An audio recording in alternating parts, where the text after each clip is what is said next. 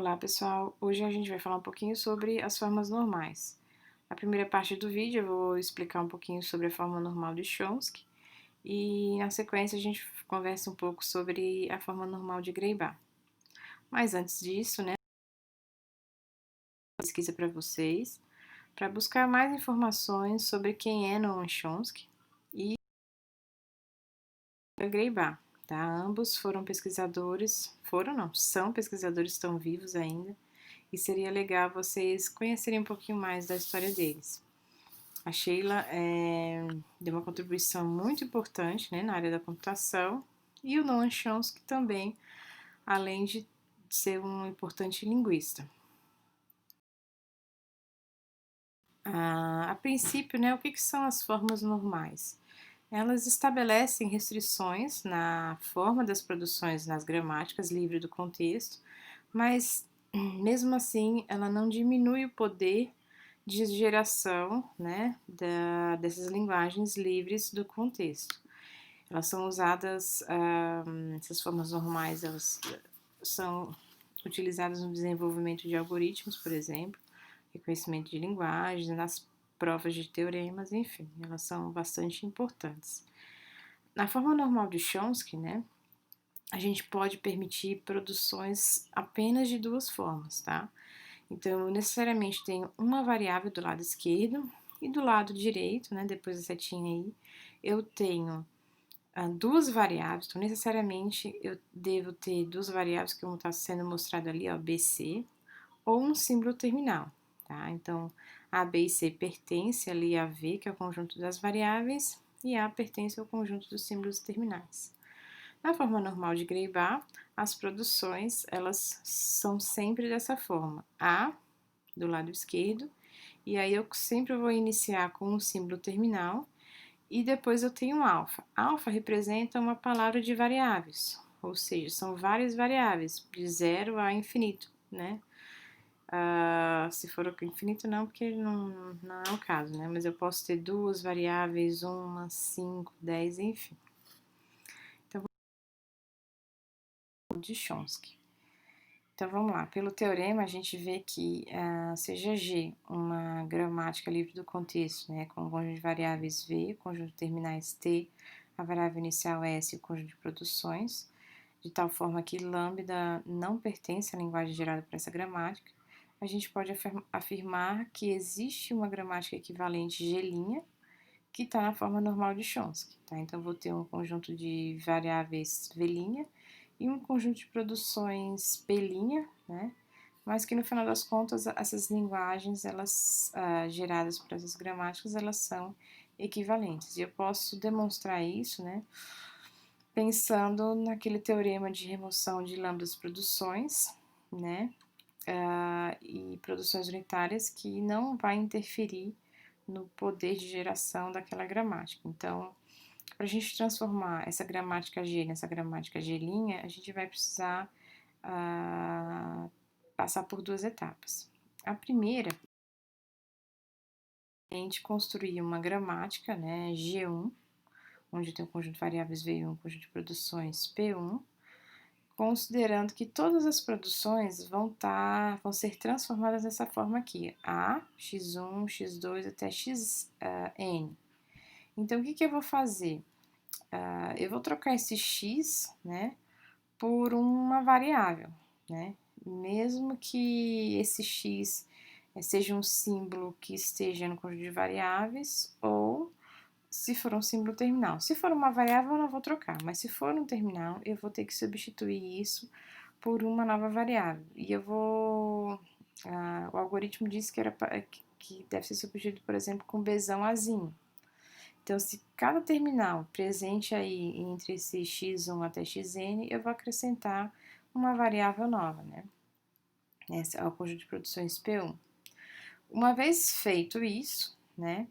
Se esse número de variáveis aí naquela produção for igual a 1, então esse x1 necessariamente precisa ser um símbolo terminal, porque na forma normal de Chomsky, né, só relembrando aqui, ou a produção tem uma variável à esquerda com um único terminal à direita, ou tem uma variável à esquerda com duas variáveis à direita.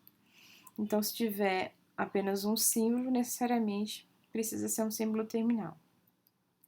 Se tiver um número maior que 2, então vai ser um conjunto de variáveis, porque a gente está representando aí por C1, C2 até Cn. E se por acaso nesse C aí tiver algum símbolo terminal, esse símbolo deve ser trocado por esse Bzão Azinho aqui. Vai ter uma gramática, né, com produções que estão no formato 1.5 ou no formato 1.6, ou seja, ou vai ter uma variável com o terminal do lado direito, ou vai ter uma variável com n variáveis, aliás, uma variável do lado esquerdo com n variáveis do lado direito, que é a produção aí 1.6. E a gente consegue provar que essa nova gramática, né, G1, ela é equivalente à gramática G, porque elas geram a mesma linguagem. A gente chama essa gramática, né, de forma normal de pré-Chomsky. Por que pré-Chomsky? Porque para ser Chomsky eu não posso ter n variáveis do lado direito. A forma normal de Chomsky exige que eu tenha duas variáveis aqui do lado direito. Então, para a gente fazer isso,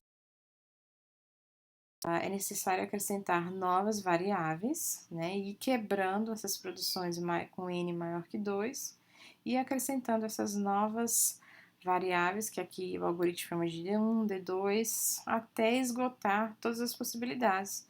E assim eu consigo uma gramática G', que está na forma normal de Chomsky, e essa G' ela é equivalente a G1, porque a linguagem produzida por ela, as linguagens, né, produzidas tanto por G' quanto por G1 são equivalentes. Então, vamos fazer um exemplo para compreenderem. Bom, tenho essa gramática aqui do exemplo 1, com 3 produções, e preciso transformar na forma normal de Chomsky. Primeira coisa que eu tenho que verificar é se tem alguma lambda produção ou alguma produção unitária, que nesse caso aqui é fácil porque não tem. Então, eu já posso ir logo para a etapa 1, que pede para eu trocar as variáveis terminais, né, do lado direito, por variáveis novas. Então, eu optei por trocar o Azinho por Bzão Azinho, uma variável. O terminal Bzinho vai ser trocado pela variável Bzão Bzinho, e o terminal Czinho vai ser trocado pela variável Bzão Czinho. E aí, no algoritmo, a gente vai substituindo. Então, ó, o S, Azão mantém, apareceu um Bzinho aqui que eu vou trocar pela variável Bzão Bzinho, e o Azinho por Bzão Azinho. Na produção A, eu tenho dois Azinhos que foram trocados por Bzão Azinho, Bzão Azinho, e o Bzinho foi trocado por Bzão Bzinho. Por último, a produção B, tem um Azão Czinho, eu só troquei o Czinho por Bzão Czinho, e aí incluí essas três novas variáveis aqui para completar a etapa 1 da minha gramática. Isso aqui está na forma normal de pré-Chomsky. Para transformar na forma normal de Chomsky, preciso separar essa produção que tem três variáveis aqui, porque na forma normal de Chomsky exige-se que tenha necessariamente duas variáveis do lado direito. Então, o que eu faço? O S vai me retornar A, e aí eu vou acrescentar a variável que eu chamei de D1. E D1, ela vai ter a produção Bzão Bzinho, Bzão Azinho. E aí eu fico com S e D1, né, ambos com duas variáveis que já estão do lado direito, que já estão na forma normal de Chomsky, né.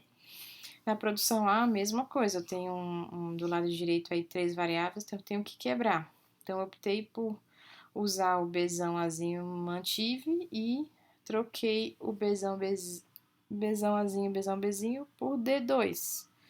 E adicionei esse D2 nas produções, e aí finalmente eu tenho a resposta, consigo que todas as produções estejam na forma normal de Chomsky. Então, é assim que a gente faz, tá, pessoal? O exemplo 2 aqui eu vou deixar como exercício para vocês fazerem, tá? A gente tem agora uma gramática aí com 4 produções, tá? Queria que vocês fizessem, né? Fizessem exercício em casa e antes de avançar, né? Então, o slide 12 aqui tem a resposta, mas pensem um pouquinho. Também tá fácil, porque não tem nenhuma produção unitária e não tem lambda produção. Então, é só ir substituindo essas variáveis terminais aqui por novos símbolos. Enfim, uma dica que eu dou, pessoal, eu vou até botar a resposta. Não precisa necessariamente trocar, usar esse Bzão, Azinho, enfim, vocês podem colocar qualquer letra. Nesse exercício aqui, por exemplo, eu optei por chamar de X, quando vier um A, terminal, então o Bzinho terminal eu troquei por Y, né, maiúsculo, e o Czinho terminal trocando pela variável Z, tá? Então fica mais fácil, algumas vezes, do que estar representando com esse monte de letra, tá? Só cuidado quando vocês forem trocar aí para vocês não se perderem. E outra dica que eu dou aqui para vocês, por exemplo, aqui o S tem, ó, 1, 2, 3, 4, 5, 6, né? Que no final, na primeira etapa, vocês vão ter 6 variáveis aqui do lado direito. Então, vai quebrando de 2 em 2. Então, eu mantenho um A, crio um D1. Né? E depois, lá no D1, eu mantenho B, crio o D2. E vou fazendo isso até esgotar as possibilidades. No final, vai ficar uma gramática extensa, tá?